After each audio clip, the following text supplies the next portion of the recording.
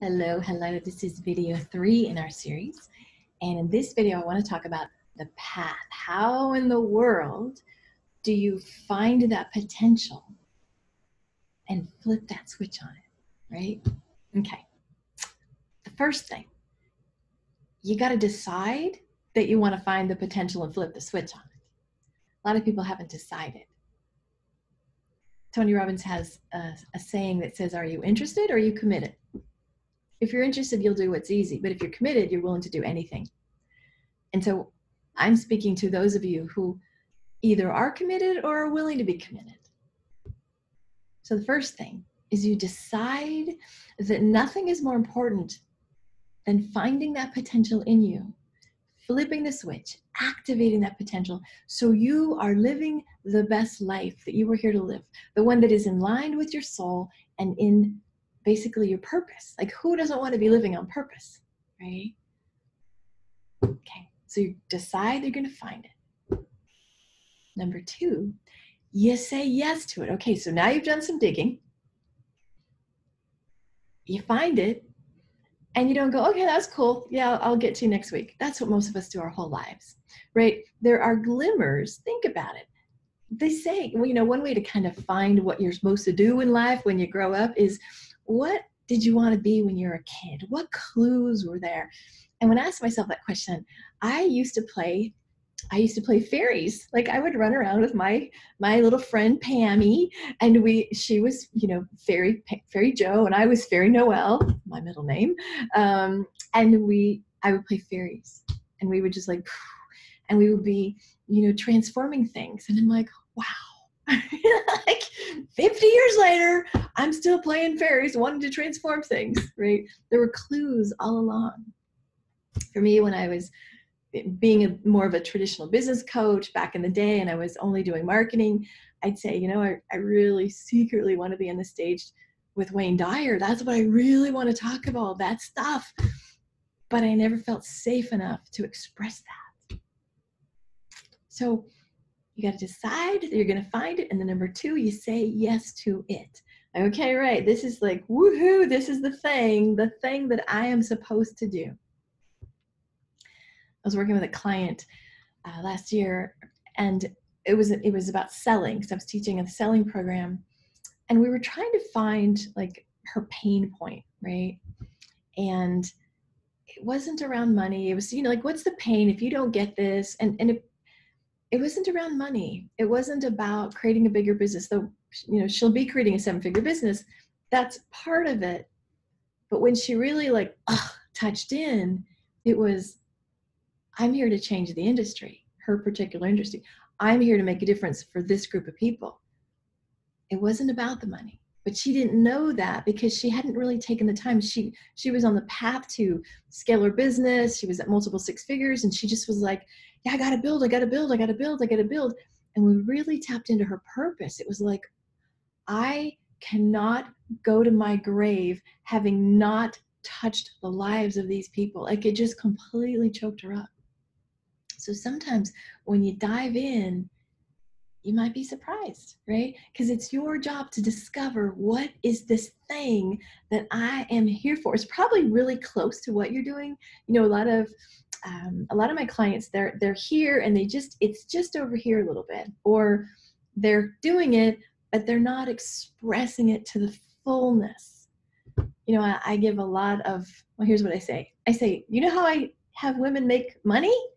I give them permission to stop doing what they're doing, because so many of us, and me included, we're doing things or are doing things that are selling or valuable, but they might not be the thing. And so a lot of my clients come to me, and I'm like, oh, stop that, cut that out. Because if you have all this space and all this clutter, you can't really express and can't really be on your path. Okay.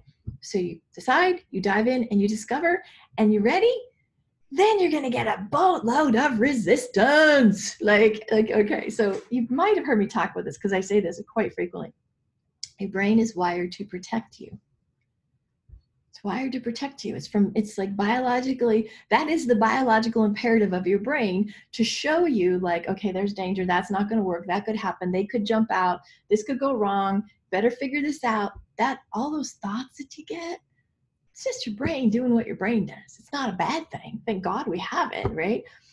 But when you like, okay, woohoo, I'm going to do my purpose.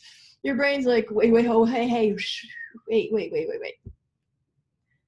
And so I'll just give you one of my teaching tools here. It shows up, resistance often shows up in the voices, right? The self-talk.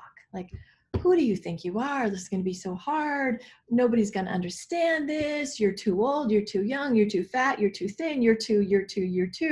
We're just like, right? You all know that loop, that self thing that we get happening. So here's the teaching point that's really easy to flip.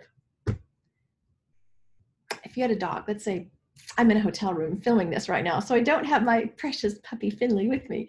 But if I was with Finley and somebody rang the doorbell, woohoo, Finley would start barking, because that's what dogs do, right? They bark because they are wired to alert. That is a dog's job, 100%. But we as owners understand that that's just what a dog does. And then we as owners go, shh, I got it. Go lay down. You're good. Shh, stop barking. Shh, go, stop, lay down. That's all you got to do with your thoughts, because your thoughts are just wired to protect you, just like the barking dog. Your thoughts, the scary things, the resistance, it's all like, it's going to show up like that. And if you had just one skill, one tool to say, isn't that adorable? There's a little barking dog. Like, my favorite dogs are pit bulls, so I would have a little barking pit bull. You could have like a little chihuahua or golden retriever. So imagine those like thoughts that are barking at you. You turn them into cute dogs and go, oh, you're so adorable. Go lay down. See, what's going to happen is you get the thing, you decide you're a yes, and then all of a sudden everything in you is going to go, oh, hell to the no. Because our brains are wired to keep us safe, small, and stuck. And any part of you that wants to push past that is going to have to break free of the resistance. That's the main work I do with my clients. Truthfully, we work on strategies. I can show them how to sell and market and package. The main work, 90% of the work that women come to me for, is to help them stop collapsing, to help them clear the way so they can go full speed ahead. Because usually on our own, we don't do so well with that. Okay, so after you've decided, you found the thing, you process through the resistance, because it's going to come and come and come and come. Then you embody that. So the question is, who do you need to be in order for this next version of yourself, or to really like be in this? I'll give you an example. I was running a women's group, and a woman came in and she was really like, she was really grinchy. She had all this negative self-talk, and she was just like, her face was all crunchy, and what she said was, why does this keep happening to me? I said, first, really bad question. Like, really a terrible question to ask, because that never can go anywhere. Whenever you ask a question, your brain has to then respond. So if you say, why am I such a loser? Your brain will go, well, blah, blah, blah, blah, right? So she was in that loop, right? And that's a resistance. So I said, what is the truth of you? Now, this was a spiritual group. So she said the truth, like I'm connecting to her to the truth that she's, connected to God, or she is here for a reason. I was trying to help her remember, go up to the truth instead of stay in her crunchy little space. And I said, what is the truth of you? And she's like, oh, well, I'm awesome. And I was like, there you go. There you go. You got to shift it from the resistance voices to the like, yeah. In this case, this woman was going to change some things in her business. And so she needed to have the framework of, oh, I'm awesome. You create from that versus, why isn't it working? You feel the difference there? So you embody the characteristics, you embody the qualities, you embody the beingness of the person that is the steward of the mission that is yours to do. Wow, that sounded like a lot, didn't it? And then you take a little action. So you decide, you find it, you clear the resistance, then you're like, who do I have to be? What would, if that were mine to do, because it is, who do I have to show up as? What would I have to believe about myself? How, when I walk in the room, do I go, hi, I'm sorry? Or do I'm like, yeah. And this is not egoic. I'm not trying to turn you into an arrogant so-and-so. This is just a knowing, a place of knowing, right? Then you take an action, and then you take another action. And then it's like rinse, repeat, because you're going to take an action, then whoa, resistance is going to come and jump on you again. Sometimes resistance shows up as the mental chatter.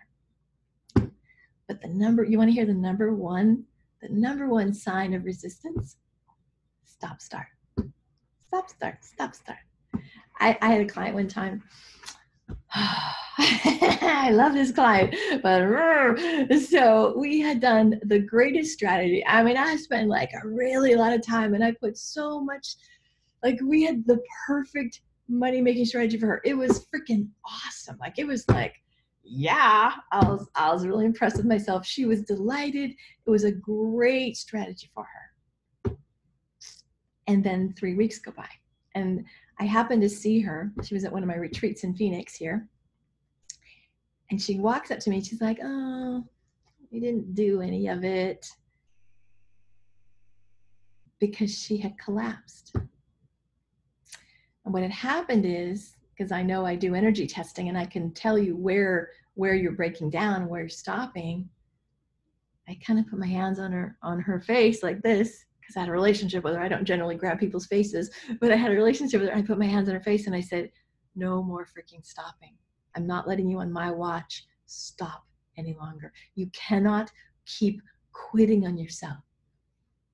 And then I picked up my little pendulum and I did my muscle testing. And the reality was, she was carrying another person's beliefs.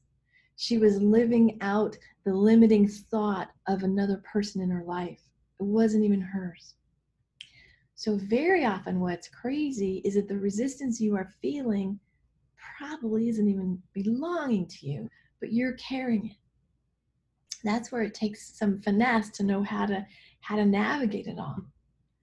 That's the path, right? You find it, you set your course, you start going, you're like, oh, yikes, I'm off. Wait, okay, hold on, get back on track.